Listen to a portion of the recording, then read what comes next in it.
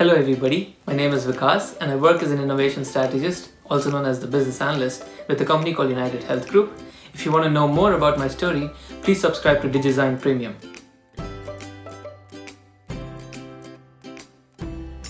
Well, I've actually finished my master's, but to give you a bit of a background, my bachelor's was in telecommunications engineering in Bangalore, India. And once I finished my bachelor's, I worked for a year in India, and then I came to Ireland to pursue my master's in digital innovation. This was with a university called UCD Michael Smurfit Graduate Business School.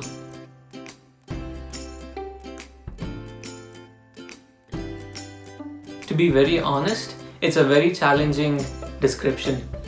What we learned in the course was neither technical nor business related. It was somewhere in the middle. We got to wear the hats of both a CEO and a CTO, where we learned a little bit about technology in terms of project management in IT and also a few processes like Agile and Waterfall in the IT world. But when it comes to the business, we learned how to strategize big companies or big technical firms, wherein we also learned how we could come up with different ideas as a startup and look for that first round of seed funding. So it was an array of different things that we learned, but what stood out the most for me was how we were able to do a lot of thinking about how the world is placed right now, and also the dark side of the technology that we use. We learned a lot about how technology can negatively impact the society and how we could take steps or measures to fix them.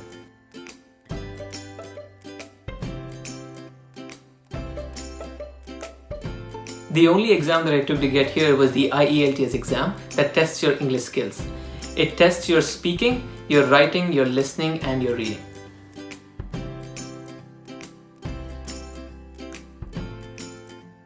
The course is structured for a one-year program, where the 1 year is divided into 3 semesters, and each semester you get to do 3 different modules.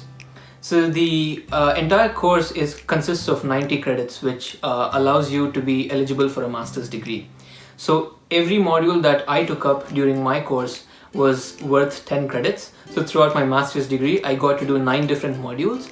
And internship is probably the only thing that I'd be skeptical about, because it would completely depend on the professor that you're dealing with during your 3rd semester, which is when you typically have your summer months. The fee structure for my course back in 2016 was 18,900 euros, but I'm pretty sure it's changed today to about 24,500 euros. But what I'd like to suggest is that every student who's interested to get into my course to go online to the UCD website and check over there.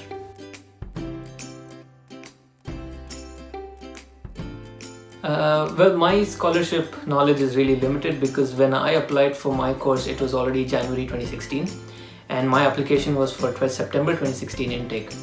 But what I do remember was that A, I was late for applying for scholarships, and B, the scholarships are obviously based on merit. So the only one that I remember is the VV Giri scholarship, which is completely merit based and also course based. So I would encourage students to go onto the UCD website and look for the different kinds of scholarship schemes that they have available only for India and also for people who are merit based.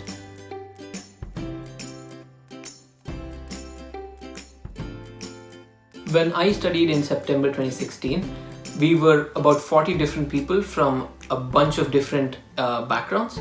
Some of us were from engineering background, and some of us were from business. Some of us were from the military as well. Some of us were from sales and marketing and so on. The distribution of people was so vivid that it was hard to say what was the eligibility criteria for us. But what has happened today is that when I talk to a few people who are pursuing this course currently, they say that a lot of experience is being demanded by the applicants. So I would say please get in touch with the UCD International Society or the UCD International Students Council, who might be able to offer you a little more perspective about who would be eligible and who would be not, because every application is valuable.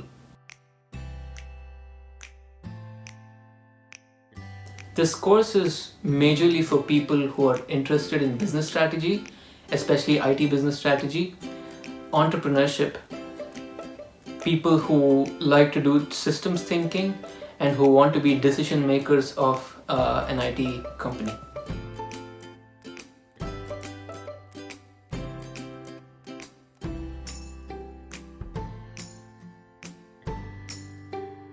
One thing that I'd like to stress upon is that there are very few transferable skills that you'll learn in the course that will allow you to put these skills on your CV.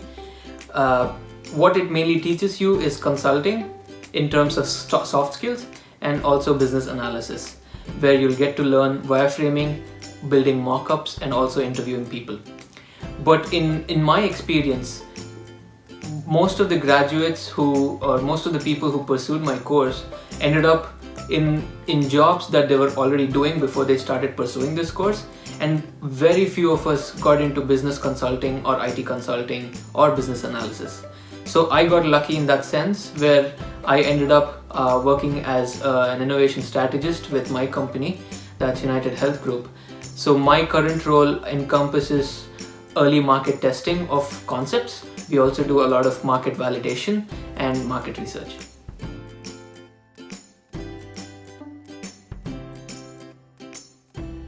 Having finished my course, it's extremely difficult to find a course that is similar to mine.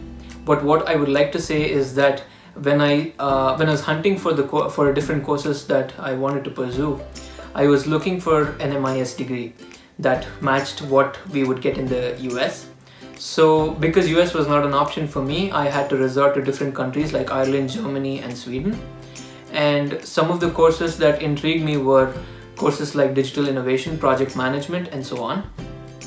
So it would be extremely unlikely to find something that would match digital innovation, because it was spaced in such a sense that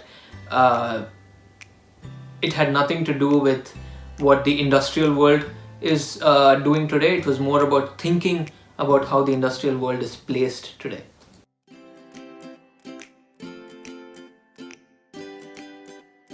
So I was born and brought up in Bangalore, so I did all my schooling, college, that's pre-university, and my undergrad in Bangalore. So I did my schooling in New Generation School, that's in Baswangudi, and I did my high school in Vijay High School, that's in Jayanagar. And when I graduated my 10th standard, I got around 89%. Since I had no clue about what I had to pursue after, my mother asked me to pursue commerce, because my uncle was a chartered accountant and he was running his own company.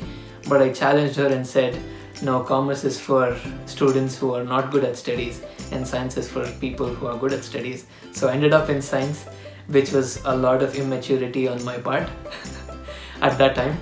And so once I ended up in science, I took up electronics in my pre-university education. So I did my pre-university in Jain Vivipuram. And so 2 years went by, and it was time to choose a stream in engineering. So this was the time when I probably did a lot of research about what would be my future options, because engineering was something that was being pressured onto me, socially. Everybody I spoke to said engineering was probably the next best option. So I would insist on doing your research when you finish your pre-university, so that you know what options would be available for you to pursue your probable dream job. So what happened after was that I joined KSIT to pursue telecommunications engineering, and this was from 2011 to 2015. And just like any other typical student, engineering student, I went through all the semesters. I got to flunk one semester, learned a lot of life lessons there, and then by the time I hit my 7th semester, I was eligible to sit in different interviews because I had 65% plus. So this was really helpful, because my first interview was with Infosys, which asked the students to have 65% as aggregate. So thankfully I had about 67%, and I was able to sit for the interview. It went really well, and I had an offer letter from Infosys thereafter, and came in 8th semester, and there were more companies coming in. Thankfully, at the time that I was interviewing, the market was responding really well. There were a lot of jobs for graduates in the marketplace. So I got into a couple of companies that had to offer different roles. So I took up this role of a DevOps engineer with a company called First American Title Insurance.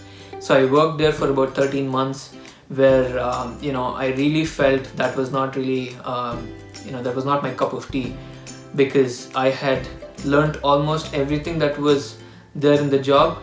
I felt it was too mundane, and probably the most motivating part was that I needed a change in my career, only because I had a lot of personal issues and commitments at that point in time.